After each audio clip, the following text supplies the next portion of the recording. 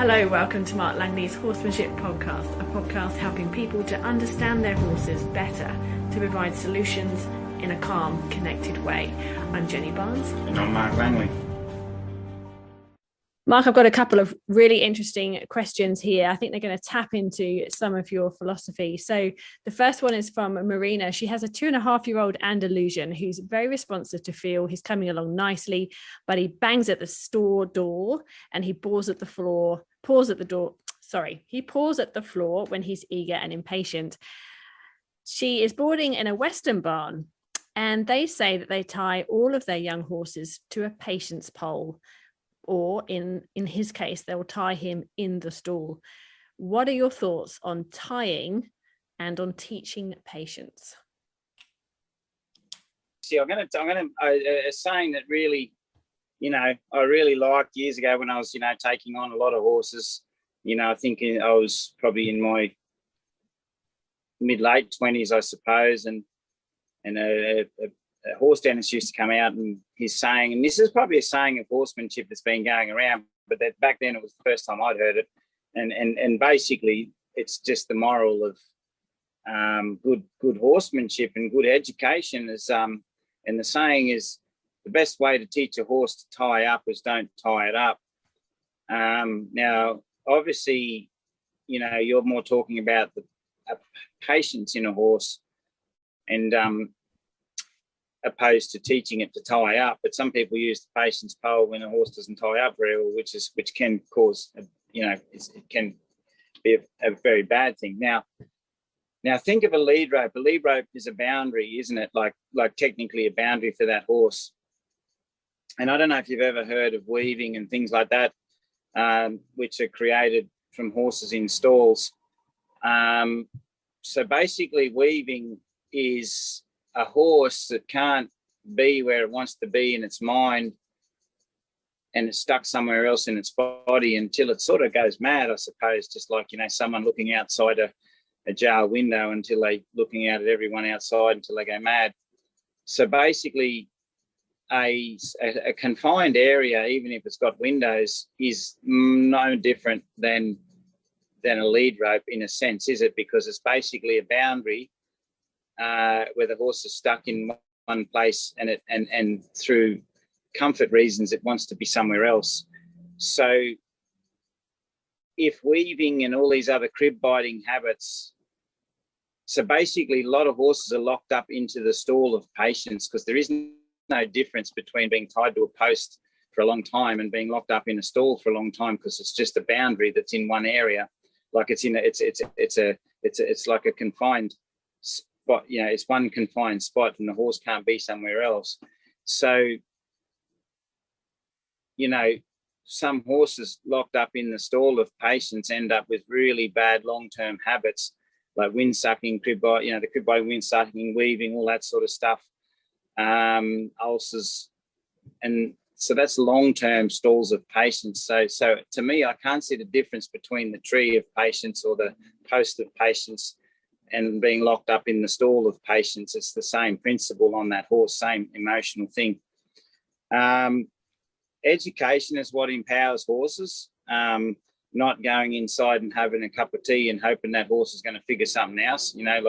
It's like thinking that hobbles will train a horse, but the truth of the matter is if you want to go on a horse track and use hobbles on your horse, you're going to spend a bit of time educating your horse to understand hobbles. So basically, there's a lot of leading lessons that I would encourage people to do with horses. That's teaching a horse to follow a feel, teaching it to stop with a feel, teaching to be more centered, to bring us thoughts with a rope and let go of hard thoughts. So before I even thought about tying a horse up for a little bit of time, to give it some time on its own, like to me, like tying a horse up for some time is you educate a horse, and then you do like graded exposure where you can expose it to being a little bit, not isolated completely, but to start with, but just a little bit on its own, tied up, and then you take it away and then you do it again until it can cope with longer times tied up. Because the risk of tying it to a patience pole, they become frantic and they don't find the answer, and then they just kind of shut down a little bit and just drop out. And then that's just causing another problem in itself. So And I don't think it's fair to see a horse digging a hole in the ground for 2 hours, completely stressed, until it finally gives up and goes into a state of learned helplessness. So back to the tree of patience or the pole of patience, I don't agree with it because it's not education. So if you want to get your horse to be more centered, you educate it, you help it let go of, so you know, separation anxiety. A lot of horses are just thinking that they want to be somewhere else because it's better and safer there. So once you can get a horse to connect with you, and then you can educate it that it can connect with that rope and feel good about the rope instead of feeling bad about the rope and trap. So every time you pick up a feel, the horse's thoughts go with the feel of the rope. It lets go of any of those emotions and realize that that rope's a good idea and it's comfortable with it. And then you can do little lessons where you follow a feel, you stand out on a long line where the horse stands with the rope quietly and learns to just center itself and stand quietly. And then when it can do that, then you can sort of, you know, maybe tie the horse up for a little bit, walk around, go somewhere else, come back, pick it up again. And the horse becomes more comfortable with itself. You're empowering it. You're slowly building more confidence with it, more confidence with the main tool that we're talking about here, which is the rope. And then they have more coping mechanisms. So then when they do, you know, then they're less likely to go into that place of separation anxiety. I need to be somewhere else, or destination. You know, they just become destinators where they're sort of, you know, looking out over the horizon. So I would tend to work on all that education. And to be frank, a lot of horses spend a lot of time locked up in a stall, and they do need social. They need more social time. They need to be out and they need to do those things so they can tick off their horse bucket list, which has just been a horse. And, you know, it's very hard to sort of have all these other, you know, patience pole things to try and make horses more subservient purely because they're locked up all the time and they never get to see other horses or do what they need to do to be a horse. So I think as much as we can, and we've really got to try hard to sort of, you know, I can understand there's places that, you know, locking a horse up overnights in certain times because of the weather and different things, whatever. But somehow we've got to really try hard to give them horses that social interaction. It's so important for them. Okay, and Jessary asked a question about his horse. He's been told by his riding instructor that he has to lunge a horse heavily for a while and tire it out before riding, especially when they're green. Is there a way that he can do that without lunging? And what are your thoughts on lunging while we're here? I have no problem with lunging, but I tell you what, there's a lot of mindless lunging out there, and there's a lot of horses that run around stressed on a lunge, and instead of getting closer to a connection and following a feel, they're getting further away from it, become very mechanical, and it doesn't gain anything except for using up some energy in the horse. Now, remember, the more you lunge a horse, the fitter they may get. The fitter they get, the easier it is for them to run around for longer. And if you're lunging them and they're staying disconnected or anxious, then you're not getting any closer to them being safer to ride. So I've seen horses that jog on the spot for 3 hours on a trail ride and would still bolt off when everybody canters off, you know, and they've just used up every part of their energy. Adrenaline, there is no amount of, you know, basically there is no amount of tiring a horse that will help a horse when it's on adrenaline. And the thought that tiring a horse is going to make them better is a little silly, because, you know, there's horses that have suffered from muscle atrophy through using up everything that they've got and eating into their own muscles, but still not stopping because they're so wired and fired up and frightened and full of adrenaline. So basically, education is important. So if you need to exercise your horse, so some people come to me with, I need to give my horse a certain amount of trotting each day due to health reasons, things like that. It needs exercise. It's not as in a bigger paddock as it should. It's not roaming the country as much to get that exercise. So I'm with my horse, you know, half an hour every day, and I need to give it a certain amount of exercise. And I I'm not, I can't run that many kilometers and just jog with my horse. So can I lunge it? And I'm like, well, yeah, sure, that's fine. But the way you lunge your horses, you teach them to lead really well, and then they can just gently lead past you and trot out on a feel. And, I might walk around and I just like, I'll, and on the membership, there's some videos of me. There's one particular little buckskin horse that I'm working, and she gets really angry when any sort of drive or drive into the loin will make her very angry. So I'm sort of using this technique, which starts off as a leading technique where I just push the horse's eye and jaw past me, and then I just let it flow out in front when it gets a forward thought.